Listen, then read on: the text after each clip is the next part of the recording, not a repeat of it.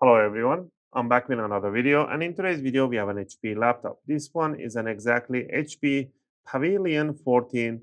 The model is an AV005, and in this video I'm going to take you on a step by step how you can open it up and how you can remove and replace the mechanical drive in here with a solid state drive or with a different mechanical drive with a higher capacity, and all the steps that you need to take, and I'll leave the compatible tools and the compatible storage linked in the video description in case you want to purchase yours. Just remember, by replacing the storage in here and you put a new drive in, SSD or mechanical one, you will not have any Windows on a new drive. So what you need to do is to download Windows inside the USB so you can boot it up. I'll leave the link in the descriptions where how you can create the Windows 11 USB boot drive. Once you create the Windows 11 boot drive and you have the new hard drive in, just plug in the USB power on and it's going to boot up through the USB. And you can follow any of my Windows installation steps so you can install the Windows without any bloatware, any affiliated programs, and stuff like that. Purely Windows and few Windows update, you set to go, and that's really better than anything else. Now, there's another option. Once you remove the mechanical drive from here, you can use that drive as an external storage. You can purchase yourself a caddy or a enclosure for the hard drive. I'll leave links this again in the video description. You can just grab your old hard drive that you had it in your in a computer, just pump it in there, close it up, and now you have a portable 1 terabyte, 2 terabyte, whatever you had in here with a USB-C to USB normal. You can use this as a backup for any daily use. All right, so you can take advantage of that too. All right. In this video, I'm just going to demonstrate how to get to those drives and how you can replace them. All right, first thing first, back up your files and power down. If you don't back up, once you get the enclosure, put the old drive inside the enclosure. And once you have the Windows in the new drive, plug in your old hard drive via USB and go inside the user folder and grab all your data that you had in a desktop, wherever you had, and pull them back to the new drive. So you don't actually have to back it up, just buy an enclosure and bring it back. All right. So first thing first, I'll recommend you guys to grab a good screwdriver set. I'll be using an iFixit screwdriver set as they have one of the best screwdrivers out there. From this tool set, we're going to be using a Phillips number 1. If you get the Pro set, they will include you with an opening tools and some tweezers. If not, for the opening tool, I'll be using a guitar pick. A metallic guitar picks are suitable to opening cases and covers. A curved or straight tweezers are good to have. All right. On the bottom here, there are two types of screws. There's a one thicker one, and the rest are the slim screws, the one in the front. And there is one hidden screw. Oh, it's not focusing. I guess if I put this here. Now, the biggest screws are the one in the corner back. So remove this corner back by the hinges. These are a little bit thicker than the rest of the screws. So keep these two screws in a separate pile. Now, we're going to remove the two side screws and 4 in the front row. Also, if you guys like my videos, if you find my videos helpful and helping you guys out, you can support the channel by clicking the like and subscribe. I'll greatly appreciate it. It helps and motivates me to make more videos, take requests, and answer your questions in the comment area. Appreciate that. All right. Once you remove all the screws from here, there's one hidden screw that is right under this rubber feet, right over here. So what you need to do, put the opening tool between the rubber and the bottom here and bring it up gently, 45-degree angle, and you're going to see that screw right there.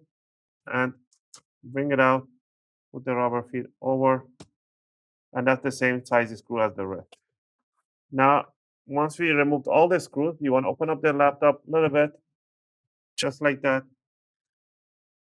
You want to stick the guitar pick between the palm rest and the bottom cover, just like that, about 1 or 2 millimeters. I'm not sticking anything over. And you just want to twist it backward, and you want to see that opening right there. You want to do this all around in the front. You want to hear those big click sounds. That's okay. That's what you want to hear. Those are the clips are getting loosened up. That's what you want to hear. But you're not breaking anything.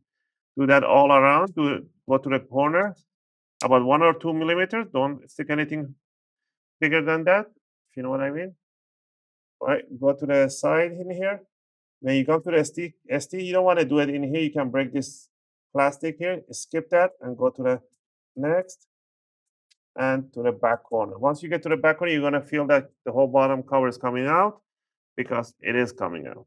So just grab it, wiggle it a little bit, lift it, and it's going to release the back end. All right, and down here we can see right away that we have a one mechanical drive.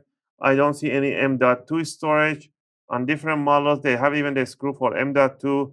There would have been a jack in here, so you could place an M.2. Let me grab my M.2 here. Here I have one M.2. There would have been a jack right over here, and you would be able to place an M.2 in here.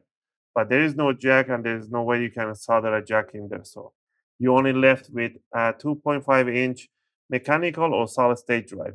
Now, regarding the removing the battery, I do not recommend you guys to disconnect the battery if you want to do RAM upgrade or storage upgrade. You don't absolutely need it unless you think you're going to drop a screw on the board or a tweezer, some metallic thing on the board. But if you're touching it, it's fine. There's no problem.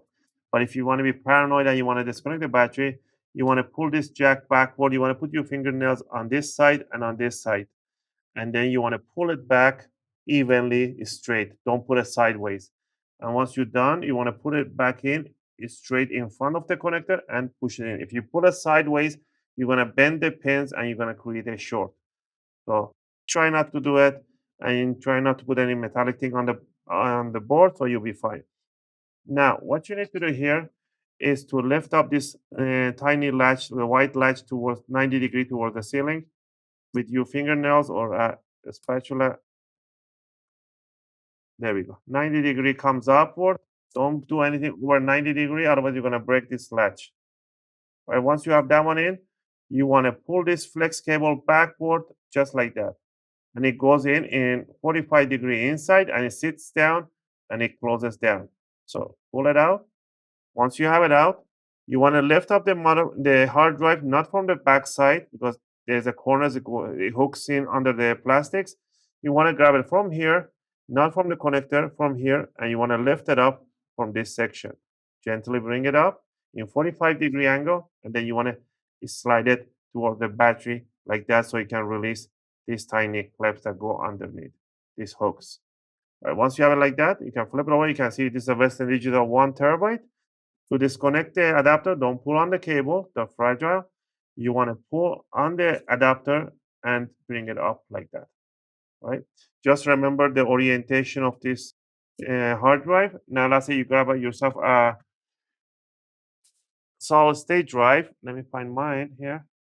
Let's say, for example, I'm going to use this SSD here, 250. You can put up to 1 terabyte or 2 terabyte SSDs with no problem. You have to make sure it has the same orientation. And what you need from here, this rubber feet. You want to, they are not screwed down. They just go inside this screw hole. Grab it from the same place and bring it inside this one here.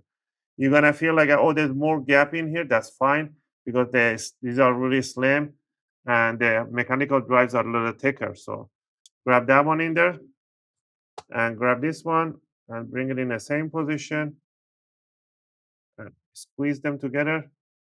And you want to grab this connector. It only goes in one way like that. What you want to do here, you want to put the back end of this hard drive in there, scoop it right in there, and then bring it down gently and put it in place. Once it's in this position, you want to grab this connector and you want to slide it inside the jack. And while you're holding it, just lock it down. Now there we go. It's not moving anywhere. Once you're done with that, if you have disconnected the battery, plug it back in and grab the bottom cover, put it right over. And you want to squeeze the corner, the front end, the back side. You want to hear this big, huge click sound. That's what you want to hear right away. You want to put the back corner screws. These back corner screws are the hinge screws. Those are really important. So put those ones first and then put the one under the rubber and then put the rest of the screws all over the place. This one over here and put the rest. Just remember, if you see any gap openings and stuff like that, oh, I have my table. If you see any gaps opening like this one here, just pinch them together and it will go to its place. When you power on, if you have disconnected battery for a few minutes, 5 minutes, when you power on, it's going to show you that there is CMOS is reset to default. If not, just let it go. If it says CMOS reset to default, press enter, it will restart and it will go to the Windows with no problem. I'm going to power it on. I'm going to press F10, so go to the BIOS. There you go, it's entering the BIOS. And there we go, we are inside the BIOS. And that's it for today's video. I hope you guys like this video and helped you guys to upgrade your HP Pavilion 14-AV series laptop. If you have any question or requests, feel free to leave them in the video comment. I'll try to answer them as soon as I can. As always, thanks for watching, and I'll see you guys in my next video. Just gonna finish up putting up the bottom screen.